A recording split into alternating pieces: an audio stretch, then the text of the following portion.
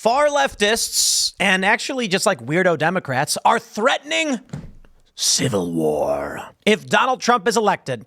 They've graduated from, I will abandon this country outright, and have moved on to, it is time to buy weapons because the Second Amendment guarantees us this right. Now, the funny thing is, these people are posting on Reddit that they're going to be put in camps.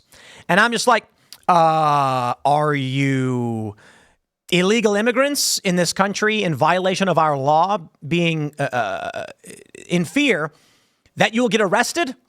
Because I can't literally understand why any one of these leftists think in any way they're going to end up in a camp, considering Donald Trump would not even invoke the Insurrection Act to stop the Summer of Love riots. But of course, these people live in crackpot Wally world, so they believe garbage nonsense. Reddit Lies says, this is at Reddit_lies on Twitter. Redditors are now discussing an armed rebellion if Trump is elected. Yeah, right. This is what the Second Amendment was for. When we're all in camps, it's going to be a little too late. Well, here we go. Here's it. Here's the post from Reddit. It says, so at what point do we in the U.S. start fighting back? Let's assume the theocratic fascists get their way. It's from r/atheism, by the way. Blech. Let's assume the theocratic fascists get their wet dream and Trump gets elected and the Republicans get the House and Senate. They get to enact every part of Project 2025 that they want, no resistance. When do we start fighting back? I'm not trying to be a doomer, but when we're all in camps, it's going to be a little too late. We have to try and do something. Y'all are nuts, okay? Matt Walsh jokingly calls himself a theocratic fascist. Yeah, you are not going to live in their world. These people, I'm sorry, conservatives, Christians, y'all are pushovers. That's just the reality. These people are crackpot lunatics. Christians are so tolerant, they let evil people into their institutions. Oh, I'm so afraid. Now we're desperately trying to push the evil out. And I got to tell you, it's only after, my friends, listen, please. It is only after the far left goes insane that moderate left-leaning individuals joining the ranks of the right resulted in some active pushback. Oh, by all means, you had Christian conservatives pushing back, being angry about it, but not being particularly effective. And now that post-liberals, people who used to be in these protests, are joining the right because the left is nuts, now the right is gaining ground. What I mean to say is Christians are too good of people. I mean it. The Christian sees the wayward soul who says, please, I just need help. And what does the Christian do? They promote this lie that Christians are angry and bigoted and mean. No, the Christians opened up their doors to these people, tolerated them, they say, let's be nice to them. Yes, please, we don't want to fight. We want to be good neighbors. And they allowed degeneracy into their ranks, infecting their institutions. And this country that was once predominantly Christian is now, Christianity is on the decline. In some ways, it's coming back. Don't get me wrong. My point is, these are not wartime Christians. They are peace-loving, good neighbor Christians who try to give everyone the benefit of the doubt. And look what this has resulted in. With all of that being said, the far left is acting like these good Christians who are trying to be good neighbors, much to their own detriment, are the fascists. Now, I know many Christians may take offense to this, but guys, I'm sorry, it's true. Christians saw these bad people move in and thought, we'll just be nice and maybe we can save them. I will knock on their door and ask them if they understand. And what do you get? Jack Posobiec goes out. Antifa gets in his face and screams at him. He's not even saying anything to anybody. He goes to D.C. and these far lefts are tearing down statues, firebombing things. And the Christians for too long tolerated this. Now they're starting to realize what's going on. And I still don't believe it will ever result in anyone going into a camp. Well, here we go. We need more. Here we go. You want the uncomfortable answer? This is what the Second Amendment was for, is what we can do about it. Oh, yeah. We need more left-wing gun owners in case ish hits the fan, a.k.a. it's time for me to start hitting the range again. Oh, boy. And then I've got to, oh, yes. Okay. All right. Well, I want to do this shout out. Become a member at timcast.com to support our work and pick up Ian's graphene dream at castbrew.com. I'm trying to do more shout outs because, this will probably help the business if I do. So, hey, Ian's Graphene Dream, new coffee now available. But let's jump to this next one. Reddit Lies has another one for us. Redditors discuss what they would do if Trump gets elected. Oh boy, I wonder what it is. This one asked, if Trump wins, are you actually moving? Where? One person said, Phoebe's grandmother posts, I'd rather stay and fight. There's no way I'm letting these people have this place to themselves. Fun Economy says, I'm 70 and me too can still write, think, and speak. I'm old too. And if Hitler Pig was elected and turned out to be as bad as we expect, and I get a terminal diagnosis at some point, I could be a very dangerous person. At that point, I would have nothing to lose, so I might as well do something corrective. Wow. This next guy says, for legal reasons, I don't condone this, and I'm also not sure if it would make things much worse anyway. But part of me always wonders how in a country of 300 plus million people, there weren't at least a few people like that who tried to do it. Yeah, I actually agree with that last one. Violence is wrong. Violence is the language of the desperate and the wrong. Far leftists like Antifa, they go out and start smashing things up because they know that they have no real argument. They're wrong. So only by force. Now, self-defense is not the same as initiating violence. This is what people need to understand. My friends, there are people who post this meme saying the founding fathers would have been stacking bodies by now. No. Man, I love the founding fathers' history of the American Revolution.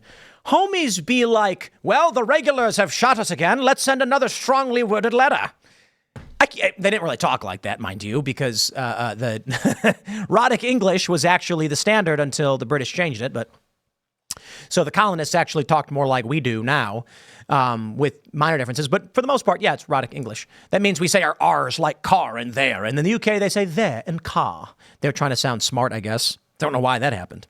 Anyway, I digress. The founding fathers, a year and 1 month after the start of the American Revolutionary War, finally said, okay, we're declaring independence.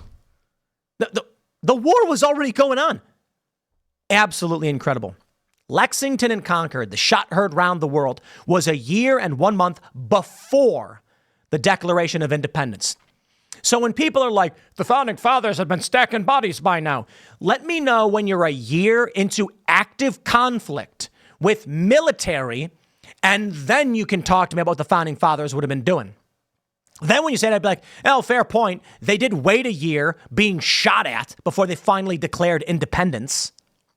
But I guess, to be fair, the point is when the regulars came in with guns, the funny thing is it wasn't the founding fathers. It's a bunch of farmers. So you got Massachusetts, and they basically say, you get your Boston Tea Party. We don't, the taxes are bad. And then the Crown is like, you must pay restitution. And it was called the Intolerable Acts. And then outside of Boston, they're like, you have no control over us. You can't do anything. So they said, we're going to come take all your guns away. And Boston, they were like, okay, I guess. And then the farmers were like, yeah, good luck. And then the regulars tried marching on them. Military was dispatched, armed and ready to kill.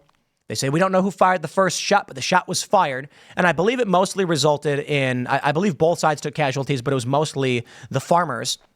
Call them patriots, whatever. It was just regular guys, farmers. And they say that was the start of the Revolutionary War. And the founding fathers were like, I don't know, man. I don't want to be involved in this. Like, we do not want war. So what did they do? They wrote a strongly worded letter to the Crown. That's what they did. Strongly worded letter. And a year and 1 month later, they finally wrote another letter saying, y'all keep doing this, so we are calling ourselves an independent nation. We've organized against you. That's wild. They tried so hard not to fight. Watch the movie The Patriot with Mel Gibson, one of the greatest movies of all time. And Mel Gibson's character is just like, should we have independence from the Crown? Yes. The right to govern ourselves? Absolutely, I agree. But if you're talking about war with Britain, I say no. And then he says, your children will learn of this battle with their own eyes. It will not be fought on some distant battlefield. It will be here in front of your homes, in front of your children. They did. And I know it's fiction, but I'm saying they didn't want to fight. These people are crackpots, okay? We don't want to fight. You don't want to live in that world. You want to live in the world where you wake up and have cold pizza for breakfast on the weekend because you were partying with your friends the night before. You want to wake up in the world where the fresh smell of coffee and pancakes as your significant other, be it your wife or husband, has decided to make breakfast for the family on that beautiful weekend morning. And on Sunday, you walk into church and everyone's smiling and shaking hands. And for those who don't go to church, Sunday morning, you wake up, you go to the coffee shop, and there's old crazy Bill pouring orange juice in his oatmeal again. What you don't want to live in is a world where you walk outside to rubble and debris, and when you hear a gunshot, you hit the deck and you don't know who's shooting and from where. That's not a world you want to live in. Oh, great. Phoebe's grandmother is back saying, first we try all legal means, but if Trump wins, legal may lose its meaning. And if that happens, I mean to fight in the literal sense. And if that happens, I think there will be a lot of very surprised and overwhelmed MAGA terrorists that convince themselves leftists can't fight. We get Bato responding saying, I mean, it wouldn't be so difficult. Just take out anything with a red cap wearing a sympathy diaper. Bring back the Italian poisoning rings. It'd be funny AF. Wow. I'd like to alert the FBI to the presence. Oh, wait. The FBI agrees with them. Uh-oh. Now, I tell you what. We live in this crazy, crazy world. And there are people who think civil conflict cannot happen. They say, old crackpot Tim Pool's a crazy man. Dancing around in the West with this tumbleweed blown around, screaming, ee, thinking that civil wars are coming. I don't know. You tell me, man. I don't know what's coming. I'm telling you this. You get yourself some chickens, maybe a miniature cow. Get out of the city, breathe some fresh air, eat some fresh berries that are safe and not poisonous, mind you. So you got to learn, you got to figure it out. And sit in the back porch in a rocking chair as the chickens walk around bucking and pecking, and it'll put a smile on your face. Let's say that conflict does come. You'll hear about the conflict in the distant land as you live off in the rural area a few hours' drive away. Not the safest, but decently far enough to where you've secured your property. You're in a place like West Virginia with constitutional carry, so you are armed and secure in your property, pending any kind of actual military effort against your land. But you'll be sitting there. You'll hear on the news the bad things happening, and you'll think, I got chickens. They lay eggs every day. We got a bunch of them. Sometimes we eat them. They just happen to make more of themselves. It's fun. You eat them in the winter. It keeps you alive. You got a little mini cow, maybe you get some goats, you get a garden going. And in today's day and age, you can actually get a really easy greenhouse. They sell them. They're actually miniature greenhouses, pretty cheap. You got to heat them up so you'll need power, but you could do that easily with modern technology. Here's what I'm saying.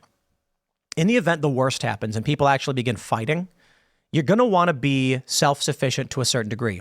You're going to need supplies. You're going to need knowledge. I recommend you get that knowledge and those supplies. I suppose the challenge right now is for a lot of people, they ain't doing none of that. And so, man, I tell you, worst case scenario for a lot of people is going to be waking up to a conflict they cannot survive. Best of luck, my friends. I hope we do not ever enter that. I hope that Trump wins. These people who are screaming civil war stop. And then we just get some accountability. Next segment's coming up at 6 p.m. on this channel. Thanks for hanging out, and I'll see you all then.